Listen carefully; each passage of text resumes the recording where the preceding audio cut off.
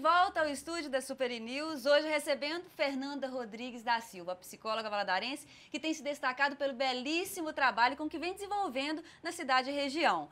E a Fernanda, muito dinâmica, muito criativa, agora no intervalo quase mata a gente de rir aqui no estúdio. Fernanda, você se mostra muito segura, sempre se apresenta uma pessoa muito segura. Em algum momento da sua vida, no início da sua carreira, o medo atrapalhou, interferiu, a ponto de te congelar? Eu não diria congelar. Os meus amigos costumam dizer que eu sou muito cara de pau. E às vezes a cara de pau ela é usada a meu favor. Sempre uma brincadeira, né, um jeito de ser, porque eu não tenho compromisso com o acerto o tempo inteiro. Eu tenho compromisso com o fazer. E é o que acaba acertando, né? E é o que às vezes a gente faz errado e acaba acertando. Então, quando a gente vai lidar com o público, cada pessoa te vê de um jeito diferente mesmo. Né? As questões que estão relacionadas à autoestima, como que o público me percebe? Me percebe, mas eu tenho que estar bem comigo mesmo.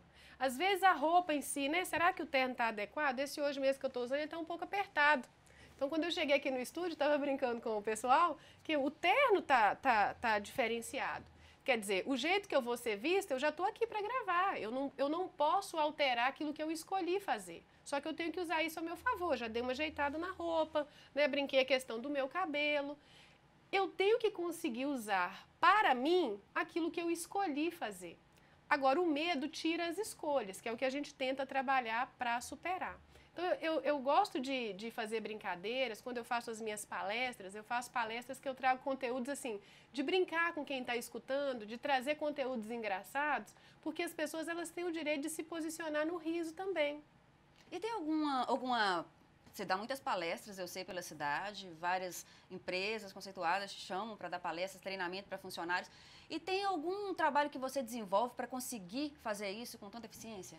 Olha, eu sou uma pessoa que eu preocupo muito em fazer cursos na minha área, né? Fazer cursos em São Paulo, em Belo Horizonte, para que eu consiga, no grupo, com pessoas com experiências diferentes, aprender algo novo. Mas eu tenho alguns segredos. Eu gosto muito... Conta pra gente. Eu gosto muito das questões de aprender a errar. Eu sou uma pessoa muito exigente, né? Eu fui uma aluna na Univale muito dedicada aos estudos e eu tinha que conseguir equilibrar rigidez de comportamento, de acerto, com aquilo que o público pede, porque o público não quer uma pessoa muito perfeitinha, né? As pessoas elas querem rir, elas querem ver o natural. Ainda mais a profissão que eu escolhi de psicóloga, as pessoas já ficam com aquele pane no sistema. Ai, o que vai pensar? Ai, o que ela vai dizer? Será que ela está lendo a minha mente? Não tem essa questão de bruxa? Tem um pouquinho. Psicóloga é bruxa, entende o que está na cabeça? Está vendo o que está acontecendo aqui dentro de mim? E isso não é verdade. O psicólogo ele não lê mente, não tem esses poderes sobrenaturais. O que a gente faz é investigar através de técnicas como que a pessoa está. Seja na empresa, seja numa demanda clínica de saúde mental, né? Então, o que eu faço? Qual que é o segredo? Geralmente, sempre que eu posso, eu faço uma oficina de palhaço. Porque o palhaço, ele pode errar, né? O palhaço, ele pode. O nariz do palhaço é que orienta o ato. Então, eu gosto dessas oficinas, eu gosto de interagir com pessoas engraçadas.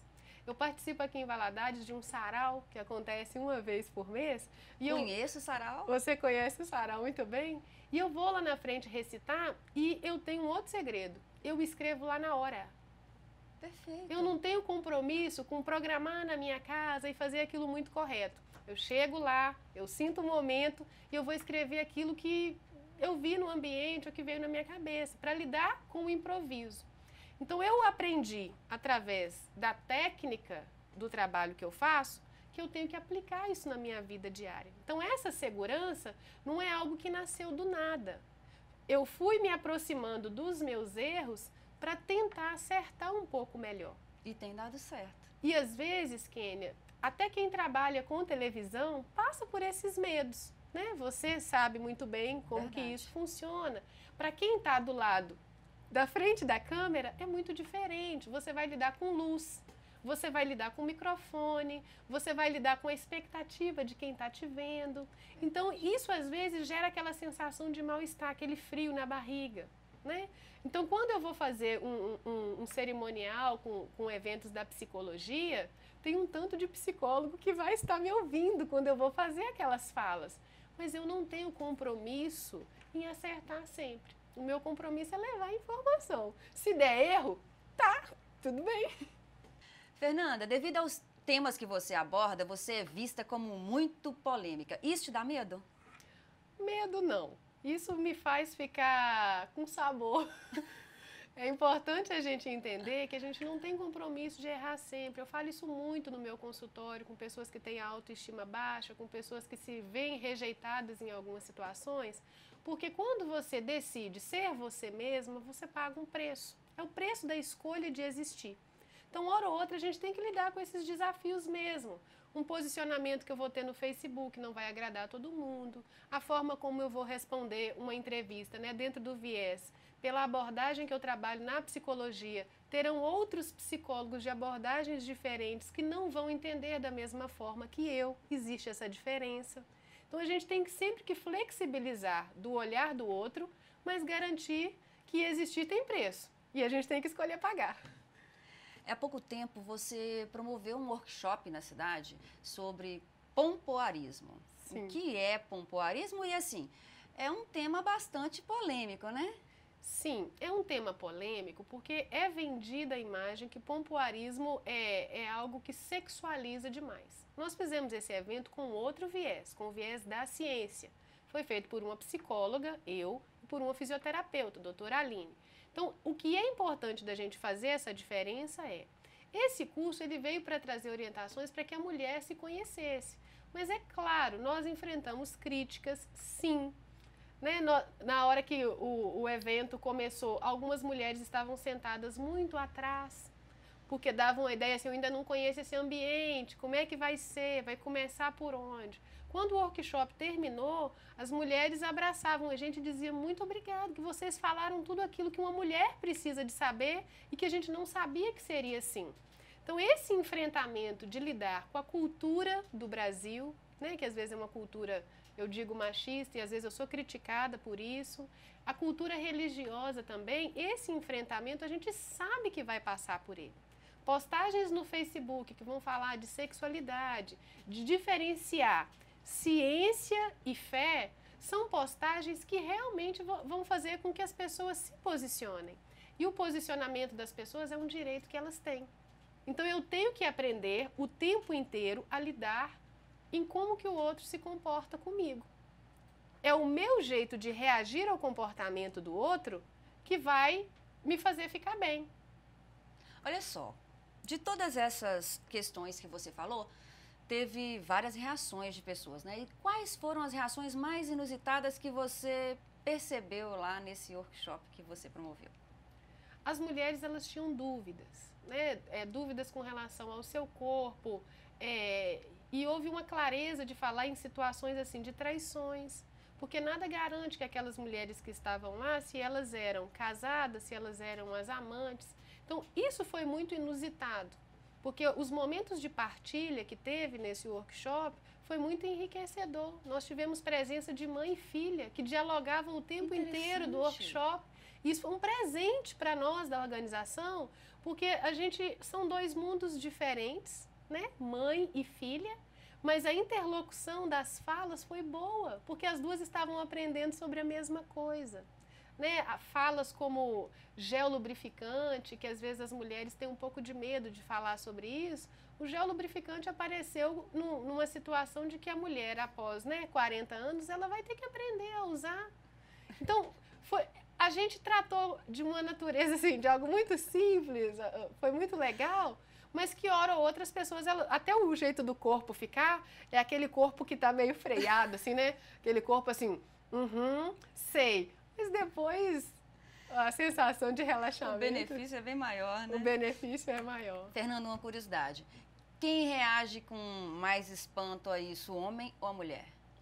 Vai depender. Eu sempre digo que, às vezes, ter uma orientação religiosa inviabiliza o jeito da pessoa perceber o próprio corpo. E o corpo da gente fala o tempo inteiro. Né? Não só pelo que eu falei antes, dessas reações fisiológicas que aparecem, mas o nosso corpo comunica tudo.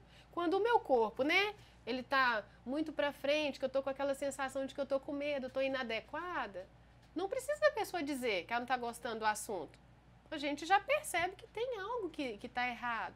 Quando o jeito que as pernas estão, né, o jeito como o olhar da pessoa está, isso revela o tempo inteiro. Então, vai depender do ambiente. Tem ambientes em que as mulheres se sentem inadequadas, porque às vezes elas vão ser julgadas nos preconceitos, né, do machismo que é vigente. A mulher não tem inteligência para ter cargo de chefia. Essas brincadeiras que geralmente ferem, grosseiras, que ferem a autoestima da mulher. Só que os homens, hora ou outra, eles também se percebem inadequados quando o assunto é ereção, né? Esses assuntos assim, de ereção fazem com que o homem falhou uma vez, ou duas, ou três. Isso mexe com a cabeça do homem, porque ele pensa que ele será descoberto em uma situação que é natural. As pessoas falham não só em comportamentos, mas falham também na sua vida sexual.